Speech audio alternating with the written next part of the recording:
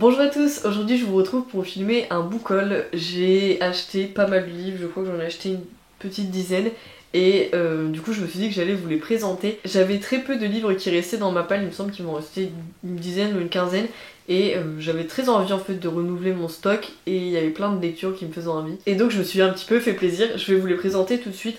Les 5 premiers livres que je vais vous présenter, c'est des livres que j'ai trouvés dans une foire à livres. J'en ai déjà parlé je pense dans l'un de mes derniers book hauls, mais en gros si vous habitez dans la métropole de Lille, il y a une association qui s'appelle La Vallée aux Livres et qui organise des foires aux livres dans la métropole de Lille où il y a des livres neufs qui sont vendus à moins 40%. Et moi j'aime beaucoup m'y rendre parce que à chaque fois je trouve des choses qui m'intéressent beaucoup, que ce soit pour moi-même ou pour ma classe. Et donc là j'ai trouvé 5 livres lorsque j'y suis allée, donc je vais vous le présenter tout de suite. Le premier c'est les œuvres romanesques de Claire de Durin. J'ai déjà lu Ourika de cette autrice et j'avais très envie de lire ses autres titres, sauf que généralement ils sont publiés, il y en a que certains qui sont publiés et j'ai l'impression qu'ils sont pas tous publiés de manière individuelle. Donc quand j'ai vu cette œuvre en fait qui rassemble un petit peu tous ces romans, je me suis dit que j'allais la prendre, au moins je les ai sous la main et donc quand j'ai envie de découvrir l'un des romans de cette autrice, je peux le faire sans souci. Donc du coup ce livre contient Ourika, Édouard, Olivier ou le secret et le moine du Saint-Bernard, et il y a également des ébauches romanesques à la fin, donc voilà, j'ai vraiment super hâte de pouvoir lire les autres romans de cette autrice que j'ai pas encore lu. Ensuite je me suis pris Mr. Loverman de Bernardine Evaristo. C'est un livre que j'avais vu passer sur la chaîne de Flowfly qui m'a donné très envie de le découvrir. Cette autrice, j'ai envie de la découvrir depuis que Femme, Fille, Autre est sorti, je crois que c'est ça le titre, Girl, Woman, Other en anglais. Et je l'ai toujours pas acheté, j'ai toujours pas lu, je sais pas pourquoi, mais du coup quand j'ai vu celui-ci à la foire à livres, je me suis dit que j'allais tenter de la découvrir parce que Floris en a parlé sur sa chaîne et ça avait l'air vraiment super intéressant. On suit en fait un homme qui a la soixantaine je crois, même plus, 74 ans, et qui est marié avec une femme qui a vécu sa vie, sauf qu'en gros il est homosexuel. Il entretient une relation avec un homme depuis pas mal d'années et donc nous on va un petit peu suivre cette relation qu'il a avec cet homme et pourquoi il a vécu avec une femme en parallèle.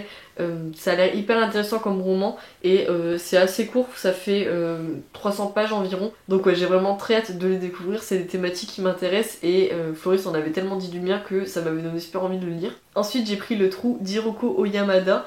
C'est un livre que j'avais vu en fait il y a pas très longtemps puisque je crois qu'il est sorti il y a quelques mois seulement et je pense pas que j'ai vu de retour sur ce titre, mais je trouvais que le résumé avait l'air super bien.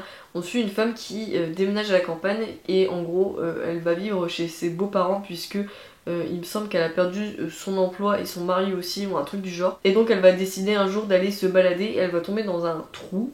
Et c'est écrit dans le résumé que il va lui arriver plein de trucs un peu bizarres avec des genres de créatures et il va avoir toute une dimension un peu fantastique dans la campagne japonaise et juste ça m'a donné trop envie de le lire. En plus c'est un livre qui est pareil aussi assez court, qui fait 150 pages et c'est écrit vraiment assez gros, donc c'est une lecture que je vais faire assez rapidement et j'ai vraiment très hâte de le lire pour le coup. Un autre livre qui est assez court, c'est Martyr de Yukio Mishima. C'est une nouvelle que j'avais très envie de lire, je sais plus du tout de quoi ça parle, mais je sais que j'en ai vu des avis assez élogieux et j'avais beaucoup aimé certains romans de Yukio Mishima, donc j'ai vraiment très hâte de découvrir cette nouvelle ainsi que l'autre nouvelle qui est dans ce recueil qui s'appelle Ken.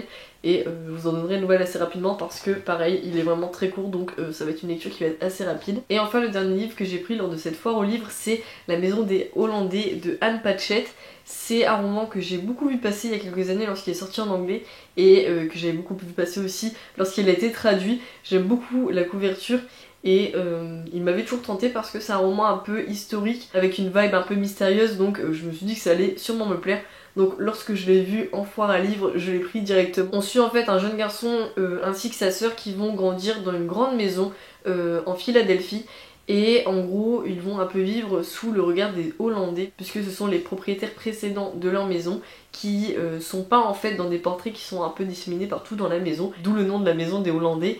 Et on va suivre du coup leur vie à eux, notamment lorsque leur père va ramener une femme au sein de leur foyer et qu'ils vont se rendre compte que cette femme a des motivations assez spéciales puisque elles sont intéressées uniquement par leur maison et donc on va suivre un petit peu tout ce qui va se passer à partir de ce moment-là. C'est une histoire qui a l'air vraiment super intéressante, ça fait un petit peu penser au roman de Jessie Burton, notamment Miniature miniaturise, je sais pas pourquoi. Mais ouais, du coup j'ai vraiment super hâte de le découvrir. C'est un roman qui est un peu plus long pour le coup, il fait presque 400 pages. Mais je pense que ça va être une lecture parfaite pour cet hiver et j'ai vraiment très hâte de le découvrir aussi. Ensuite, mon copain m'a offert 2 livres lorsque je suis allée en librairie avec lui. Le premier, c'est Les égarements du cœur et de l'esprit de Crébillon fils. J'avais vu que ce roman sortait en fait au livre de poche et je m'étais un petit peu penchée sur le résumé et ça m'avait l'air super intéressant parce que c'est un genre de roman d'apprentissage. On suit en gros un jeune homme qui va faire son entrée dans le monde, je crois, et qui va du coup s'interroger sur l'amour, sur tout ce qui va entourer du coup les relations qu'il peut avoir avec les femmes.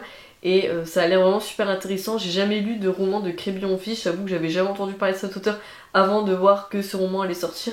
Mais ouais, du coup j'avais vraiment très hâte de découvrir celui-ci et je pense que j'en donnerai une nouvelle très rapidement parce que il me tente vraiment beaucoup. Le deuxième roman qu'il m'a offert, c'est L'autre fille noire de Zakiya Dalila Harris. C'est un roman dans lequel on va suivre une jeune femme qui travaille dans une maison d'édition à New York. C'est la seule fille noire de son entreprise et tout se passe bien jusqu'au jour où une autre fille noire va être embauchée et à partir de ce moment-là, il va lui arriver que des ennuis et elle va se rendre compte qu'en fait l'autre fille noire est derrière tout ça et on va essayer de comprendre un petit peu pourquoi. Ça a l'air super intéressant, ça va traiter des thématiques qui m'intéressent beaucoup et je trouve que l'ambiance d'une maison d'édition new-yorkaise pour traiter ce sujet-là, ça va rendre le texte encore plus intéressant et j'ai vraiment très hâte de le lire.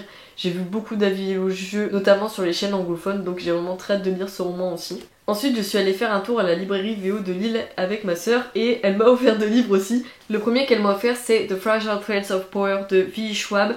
C'est sorti en français également, je vous mettrai la couverture ici parce que je me souviens plus du titre en français. Mais en gros, c'est le premier tome de sa nouvelle série, dans le même univers que Shade of Magic. C'est une trilogie en gros que j'avais lu il y a quelques années, que j'avais beaucoup aimé. Donc quand j'ai vu qu'elle republiait un roman dans cet univers là, je me suis dit que j'allais tenter le coup parce que j'ai vraiment beaucoup aimé la trilogie à l'époque, j'avais beaucoup aimé l'univers et également la plume de l'autrice. J'avoue que j'ai pas tout lu le résumé, j'ai juste vu que c'était dans le même univers, donc j'ai un peu sauté dessus. C'est pas très long, ça fait... Ouais, c'est pas très long, ça fait quand même 600 pages Camille. Je pense que ça sera l'une de mes prochaines lectures parce que vraiment il me fait très envie et je vous en redirai de nouvelles assez rapidement. Le deuxième roman qu'elle m'a offert, c'est The Marriage Portrait de Maggie O'Farrell. C'est une autrice que j'ai encore jamais découvert, même si j'en ai entendu beaucoup de bien. Et en fait, ce roman est sorti en français il y a pas très longtemps et je vois plein d'avis élogieux passer sur Instagram ou sur YouTube. Donc je me suis dit que j'allais tenter l'expérience parce que le résumé me tentait beaucoup aussi. C'est une jeune femme qui s'appelle Lucrezia et l'histoire se passe au XVIe siècle. Son mari va lui demander de lui rendre visite dans une villa et en gros elle va se rendre compte que il ne l'a pas invitée juste pour le plaisir de la voir, mais il a l'intention de la tuer. Et donc ça va être un petit peu ça l'histoire, c'est ce qui est écrit dans le résumé en tout cas. Le résumé est assez court et ça m'a donné hyper envie de le lire parce que ça se passe en Italie au XVIe siècle, en plein pendant la Renaissance et j'ai pas encore lu de roman qui se passe à cette époque là, donc je me suis dit que ça serait l'occasion et ça va enfin me permettre de découvrir cette autrice dont j'entends tellement bien depuis des années. Et enfin les derniers livres que je vais vous présenter, c'est 3 services presse que j'ai reçus pendant le mois de septembre ou d'octobre.